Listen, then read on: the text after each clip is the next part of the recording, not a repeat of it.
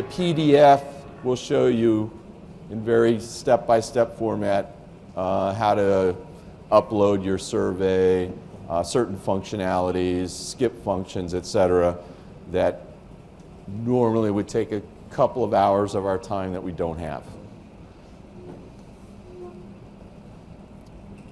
The purpose of designing this workshop from my point of view is I came to Saudi Arabia 5 years ago, and my specialization is comparative international development. I'm a Mexicanist. Earlier in my career, I've done field work throughout the world. Every 10 years, I like to go to a different part of the world and teach that I haven't been before. So one of the key issues is I'm kind of a mixed method in terms of my training. I had the good fortune of being trained in a very quantitative environment, studied survey research methodology many years ago, but also studied with very prominent and eminent anthropologists. So mixed method has always been central to me in terms of data. And data, of course, is the basis in terms of the scholarly enterprise of how we can further the pursuit of knowledge. That's why we're here. Either the generation of knowledge or the diffusion of knowledge. The big issue that I found when I made the decision to come to Saudi Arabia was, as a mid-career scholar, I wanted to challenge myself. You know, one of the good things about being a professor is that you have the opportunity to decide when to retire. You may decide to be intellectually engaged in conducting research throughout the rest of your life, or you may decide to make different transitions. Some of us make those transitions in terms of the research that we focus on.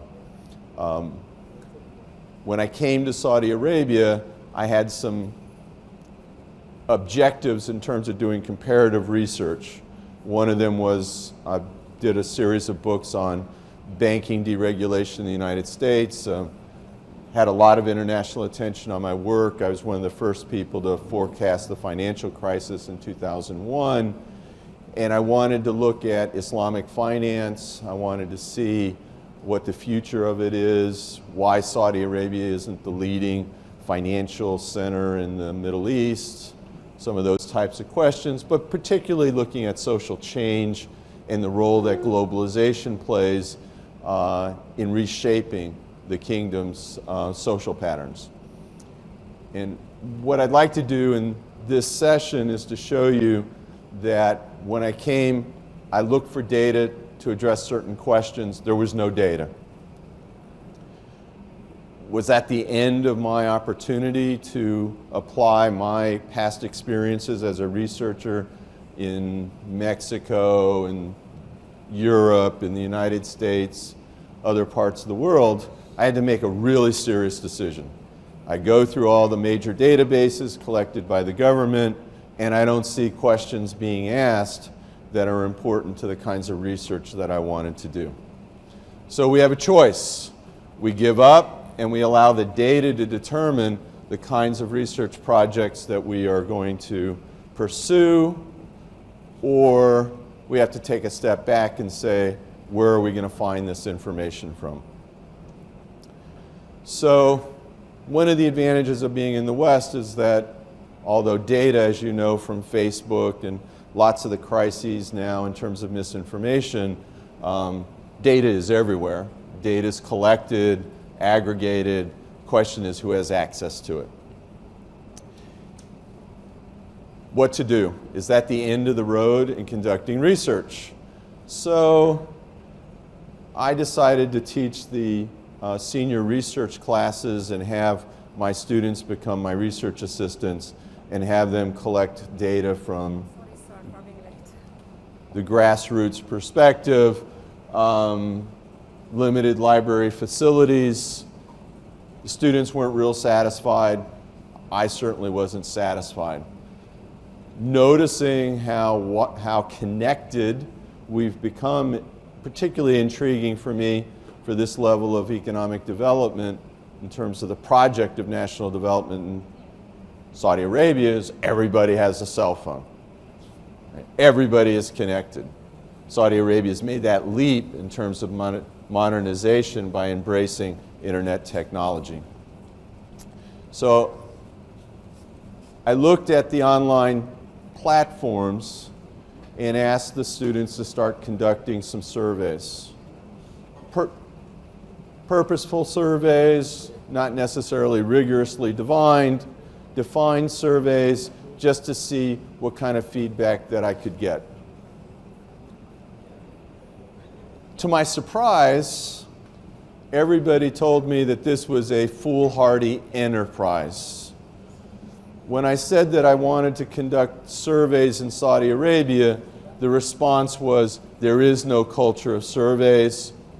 People will be reluctant to provide personal and private information. There's a lack of understanding of the rigor of the distinction between probability and non-probability surveys, and nobody's going to have the patience to answer questionnaires of over 15 or 20 questions. So I had a big decision to make. Is it true? How can we design national, regional, local projects if people aren't going to participate? And I told especially that women would be less likely to participate in these activities in terms of survey research, answering questions. So when I said I really wanted to do a survey of about 1,500 people, people laughed. And they said, if you get a couple of hundred, consider yourself lucky. So my first project was to look at the kind of contradiction in Saudi Arabia of being one of the fastest growing economies in the world, now a G20 country, yet having one of the highest unemployment rates in the developing world, developing in terms of peer countries in the G20. How do we explain that contradiction? So I decided to look at specifically the relationship between labor markets and entrepreneurship, and I wanted to look at it in terms of the context of the project of the Saudi government of enhancing human capital in the kingdom. Human capital being, we're here, right? Human capital in terms of higher education, in terms of studying abroad, etc. So I decided to focus on the 19 to 29 age group, the most important age category in terms of shaping the future of the kingdom. And given the fact that this population is wired, the question was, how do I get them to participate in these surveys? So I'm pleased to say, with my first survey, I have approximately 3,600 completed surveys, questionnaires. Approximately 48 people, well, no, approximately 6,000 people started the questionnaires. In that case, I think we have a response rate of about a completion rate of about 60%. Does anybody know, in terms of mass marketing, what is a really successful yield, in other words, response to a mass marketing campaign in the West? What percentage is really successful? They make a lot of money if they can get this yield. Does anyone have a guess? Any marketers? Huh? 8%? Ooh, we're doing really well at 8%. I hear 8. Do I hear any others? What's a really successful yield on a mass marketing campaign? Huh? 2%, if you get a yield of 2% on a mass marketing campaign, you are going to get a huge bonus. 1% is, a little bit better than breaking even. My goal was 60. The second survey, I have over 4,000 completed questionnaires, and the most provocative survey as a learning curve that I'll show you more specifically today. I just started it in the spring, and this survey I really expected to fail. This was kind of my final effort as I was reaching closure of my time in the kingdom. I wanted to see what would be the most provocative topic that I could come up with to see if I could persuade people to take these questionnaires. Now keep in mind that the questionnaires are about between 100 to 120 questions. So you'll be more impressed in terms of the ability to collect this data, and the question is, how do we get people to participate? So my most recent project is about changing marriage patterns in the kingdom in terms of the clash of globalization and cultural tradition. In other words, the shift from arranged marriages to love marriages to convenience marriages in the context of tribal and familial relationships, and how that's shaping either slowing or accelerating the pace of social change in regard to economic relationships. I've got particular attention in terms of the role that women are playing in the rise of the kingdom's economy. So what I want to do is I'm going to show you how we've made advances in improving the questionnaire, the process that we've done, but most importantly, especially for those of you who haven't conducted major large-scale projects like this, is using the medium of the internet. How do we establish trust between us as researchers and our respondents? We've gone from, and I'm old enough in my career, older than most people here, that I remember starting with computer cards in big IBM machines. Does anyone remember that? You'd get a stack of like, 6,000 or 7,000 cards, and each card was one letter, and you had to put them all together. And I'll always remember poor Sandy when he slipped and he dropped his cards. And all the research assistants had to take a bunch, a few hundred cards and reorder them all over again. The world has changed a lot since then, but we had the opportunity to establish trust and rapport with our respondents when we were conducting interviews face to face. Does anybody remember participating in a project where you got a paper questionnaire? How did that work? Huh? You get it in the mail, or you picked it up at an office, or somebody knocked on your door and you filled it out and then you handed it back, right? Well, the point of this workshop is to see the advantages and disadvantages that the technology has offered us, and let me give you a couple of them. I remember in the 80s I was participating in a survey project on Mexican migrants to the United States, and one of the contracted interviewers, Jorge, he got paid per completed interview. And I remember Jorge came back with 20 completed interviews. I think he was getting $15 an interview, and he wanted to get paid $300. And we were wondering, wow, he got those done pretty fast. He's got to be our top interviewer. And then, we realized that he was making it up, right? How did we know? All we got were these paper interviews that were filled out. What does this technology offer us? So, for example, one thing that we have is an IP address. We can constrain the receipt of these surveys.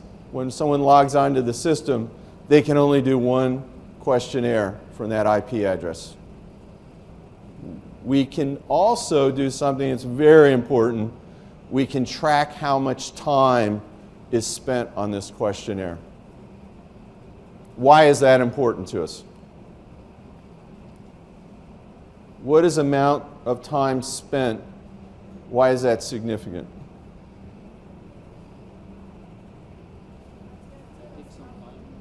Huh? Response rate usually takes a long time, so you're going to have a lower response rate usually because they're not going to finish it. Okay, we now have an opportunity of, over time, understanding how much effort should be put into a questionnaire, right? And you raise a good point. We have the opportunity to monitor how many people start the questionnaire, and we have the opportunity of choosing whether to do list-wise or case-wise in our analysis. That is, do we use only the questionnaires that are 100% complete, or do we look at all the questions, whether they've been completed or not? Yep. But if you use a virtual private network, IP address can be changed, right? The what? IP address Mm-hmm. can be changed if you use a virtual private network. If you're using a virtual private network, IP address of computer can be changed. So a person can keep on changing the IP address and fill the forms. Well, that would, if you're looking at the distribution of people that are your respondents, that would be a pretty small group. And that's really just an issue of making sure the same person doesn't do the questionnaire more than once. And that would depend on what the incentives are that somebody would want to do a 120 question questionnaire more than once, which is pretty unlikely. And of course, there's ways of checking for that if you're looking at, you know, the same similar sets of patterns and responses to a questionnaire. You can pull that up. But my point is that unlike the paper questionnaire, where somebody could spend 2 minutes just going through and answering it, versus somebody who spends 50 minutes going through it, you can't tell the difference on a paper questionnaire. You just get the questionnaire. But with our technology, and I'll show you, it will say, for example, the average amount of time to do the English version of the questionnaire is 18 minutes. So now I can pull up the number of questionnaires at whatever parameter I want and say, I want to know how many questionnaires were completed in less than 6 minutes. With the assumption that I'm looking for people that didn't take the questionnaire seriously. Yes? Regarding the biases, since you are using internet, that's when you are biased in terms of the sample. Well, that's an issue we'll talk about in terms of probability versus non-probability issues. That's going to be how you've designed in terms of the sampling framework that you're using, whether your framework is going to be individuals. In this case, I wanted to use a sample of universities as my sampling unit. And within that, you could assume classes within your sample unit. You've got many different ways to look at it. And the key issue is it's going to depend on the size of your sample. If you've got only 200 or 300 people in your sample, then the question is, what's your research designed to be? Is it to be representative? Is it looking at a process? Is it exploratory, or is it deductive? And we'll talk about that. I'm sorry, I interrupted. Did you have another? Actually, in terms of biases, because you are using technology, for those people who are not having the technology, you are biased against them because they don't have the chance to do the survey. Again, it depends on what your research project is about. In my case, I'm looking at 19 to 29-year-old college-educated Saudis with the expectation that given the scholarship program and the stipends, that it's virtually universal, that anybody within that group would go to a vocational college, or it's a public school or a private school. Then the bias would be those who did not attend either of those. And that would be a separate type of analysis. Again, and the key part is you have to know the population to understand and identify the biases in your data collection protocol.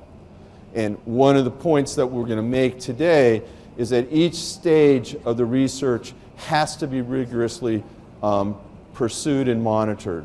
So if you have a weakness and you develop a poor measurement instrument, your survey, it doesn't matter how well you've collected in terms of respondents, in terms of whether you've got a representative sample, a randomized protocol. A poor measurement instrument means the project's going to fail. A good measurement instrument doesn't mean the project will be successful. Then the issue of who's going to participate is going to be important. We get those two steps and we do a pretty good job. That doesn't mean then if you're not able to rigorously analyze the data that the results are going to be accurate either. So we're going to look at all of those stages of the process. Developing the measurement instrument, developing a data collection protocol, and what I'm going to do is use examples from the surveys that I've conducted, and we're going to look at the results. So I'll show you how I've taken questions, how we've collected that information, how I've presented it in an academic journal format, and we'll look, and you can challenge me about where I think this data takes us to our understanding of where the kingdom is going to be in terms of social change in the next 15 to 20 years. So instead of us coming back a week from now and you've developed your measurement instruments, you've done your surveys, you've collected your data, and now we're going to analyze it, we don't have that much time. So we'll pretend that we did it, I did it, and we're going to look at our data in that way.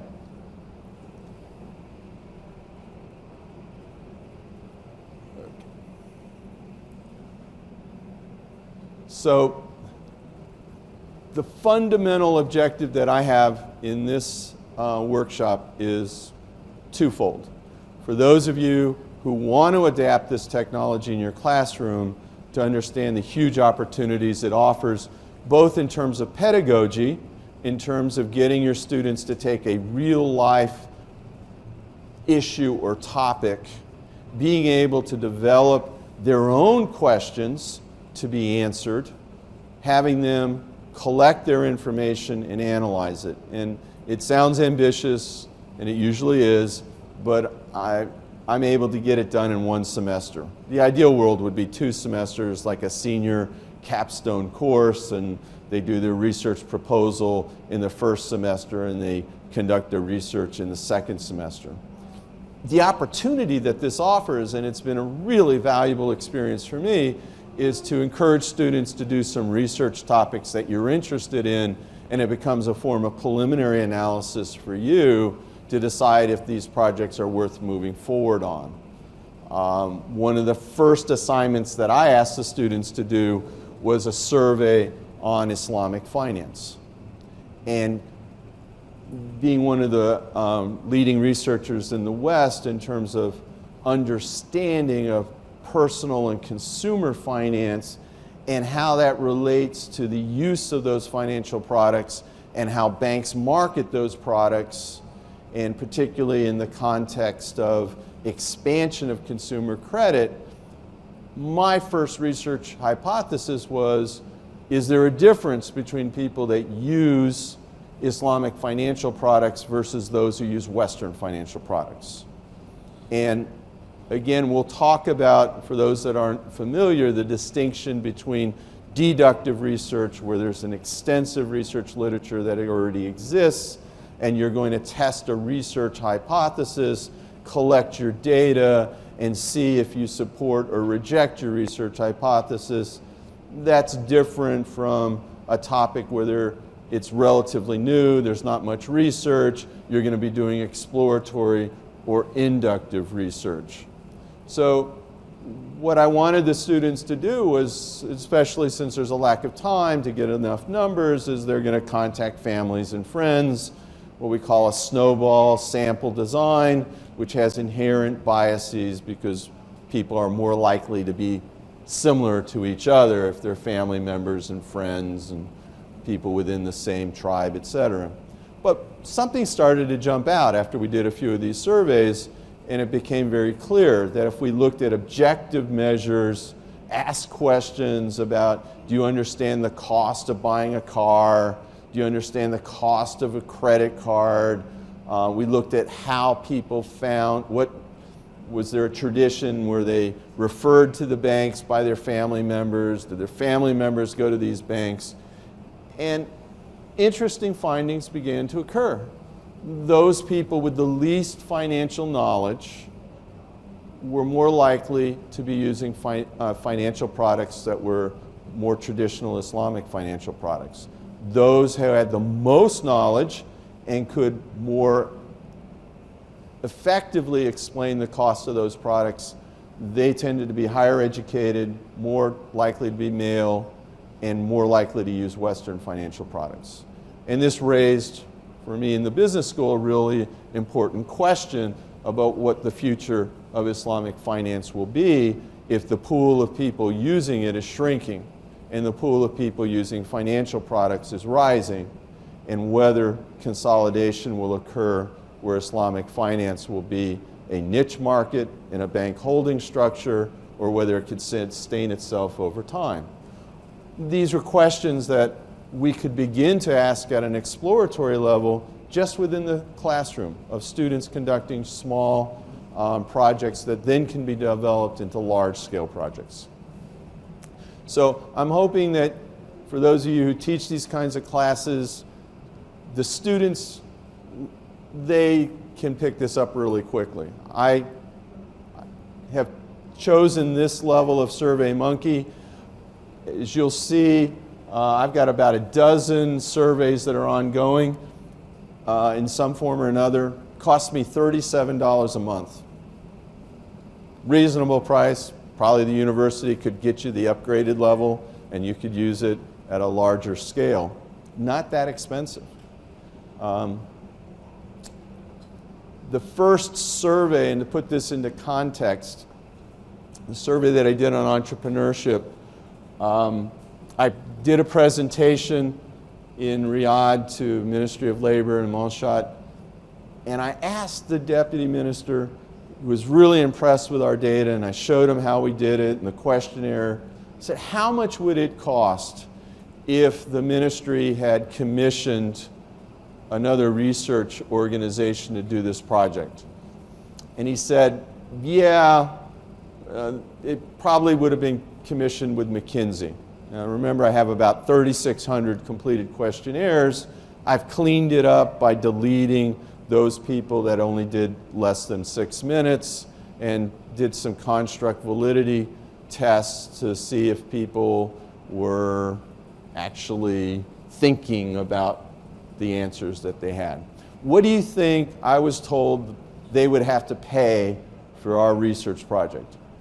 Remember, I'm paying $37 a month on my credit card to conduct my project for about a year and a half. Cost of research assistants, my time, etc. But, you know, collaborators in different parts of the country. This is a multi-stage project. I started it in Dammam, Khobar is the first metropolitan area. I went to the western province in terms of Jeddah, then to Riyadh, and then to the south. So it was a sophisticated multi-stage project. What do you think they said the cost would be? Any guess? This is our business. We do large-scale research. I was told it would be a minimum of $2 million, probably $3 million, but they would not have the expectations that it would be conducted with the rigor that we had conducted it at. So my point is, we have enormous amounts of skills and research abilities. You can't wait for the government to do it, and we can do it at least as good or better than what is available.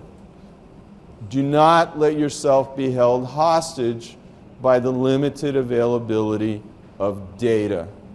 And with the third national survey that we're finishing this year, probably we know as much as anybody about what the next 20 years of patterns of social change are going to look like in Saudi Arabia. Pretty amazing, isn't it, when you think that how do we forecast and understand the future, that we can do it right here in our classrooms. All right. So we'll take our breaks, as I mentioned, at 10:15, 11:30.